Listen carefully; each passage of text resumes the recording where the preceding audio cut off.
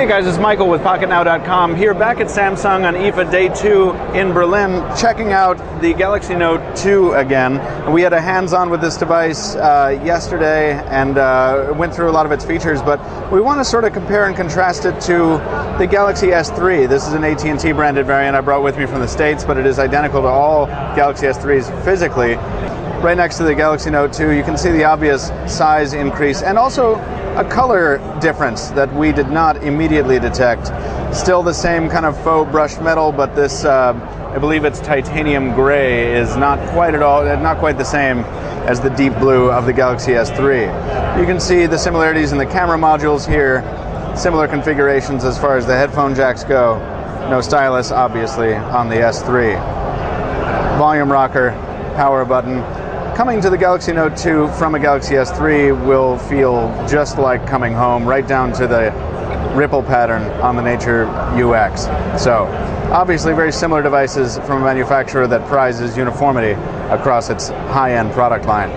So one of the primary reasons that the Note stands apart from a high-end standard smartphone like the Galaxy S3 is that S Pen stylus. Now if you fire up S Note on the Galaxy S3, or rather S Memo, excuse me, you know, you're perfectly free to write with your finger on the capacitive screen here, but there's no pressure-sensitive Wacom digitizer or anything of that sort. So you're going to kind of get this constant pressure of this thick line on the screen that doesn't really do a lot. And we know that styluses tend to be a bit more specific than that. The S Pen takes it a little bit further. See, we've got that AirView hovering action going on, but also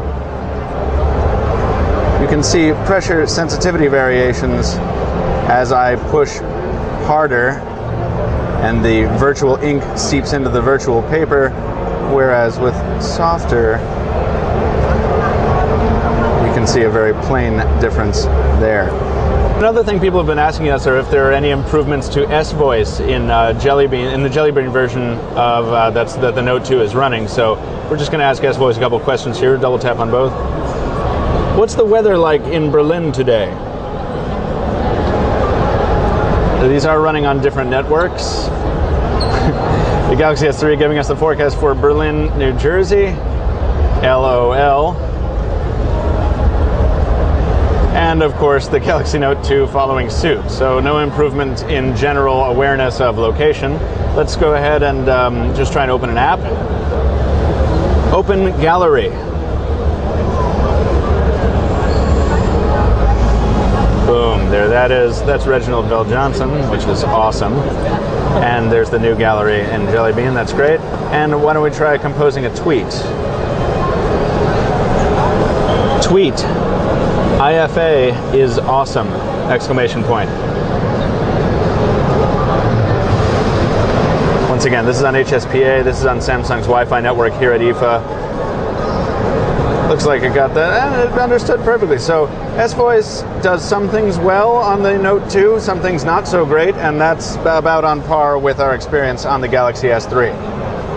So one of the things about the Galaxy S3 being a smaller device than the Note 2 that's convenient is that the keyboard generally is accessible with one hand if you have your other hand is busy with something. Whereas on the Note 2, that is still sort of the case, but really not quite so much. Getting to the Q and the 1, that's a little bit difficult, and I have medium-sized hands. If you have smaller hands, that'll be much more difficult. So Samsung has thoughtfully included a setting in their stock keyboard. You jump on into settings, and you can set one-handed operation right there. You check that box, jump back into the keyboard, and the keyboard will favor one side of the screen over the other. So if you're right-handed, you set it over here. If you're left-handed, you can set it over there. Very, very handy for a device of this size. So while we're here, we're just going to hop into the browser and do a little bit of comparison while we're talking about screen size. And because these are on different networks, this is not a speed test necessarily, as much as it is an examination of what the sites look like on what the same site looks like on a standard superphone display and on a standard phablet display, a term that Samsung has recently sort of embraced. So you can see rendering is much, much faster on the Note 2 in this circumstance. That doesn't really mean anything because their test conditions are not ideal, but it certainly is reflecting what we saw yesterday on the Note 2 with really nice performance in the browser, from pinch to zoom to scroll rendering. When you look at this, you definitely have to double tap to get to column view to actually read the text, whereas on the Note 2 you really don't have to.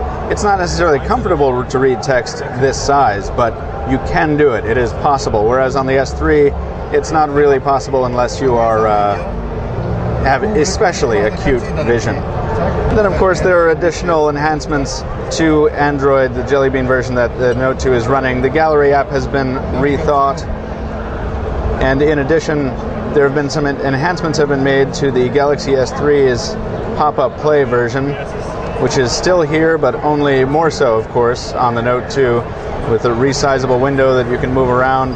And when you hop back into the video player, you can use the S Pen and AirView to hover over points in the timeline without stopping the video, just like on a flash-based player on a computer or on YouTube. And finally, support has been included, this being Jelly Bean once again, for Google Now, which is not functioning on the network right now, but which is really handy to have, or might prove itself really handy to have, depending on your tastes. Guys, thanks for watching our side-by-side comparison of the Galaxy S3 with the Galaxy Note 2. We're going to have a bit more content from everywhere here at IFA, including a lot more Samsung stuff. Please stay tuned to Pocket Now. You can follow us if you like at Pocket Now Tweets on Twitter. You can follow me at Captain2Phones. That's Tony behind the camera. Follow him at AntonDNaj. And we'll see you soon. Thanks for watching.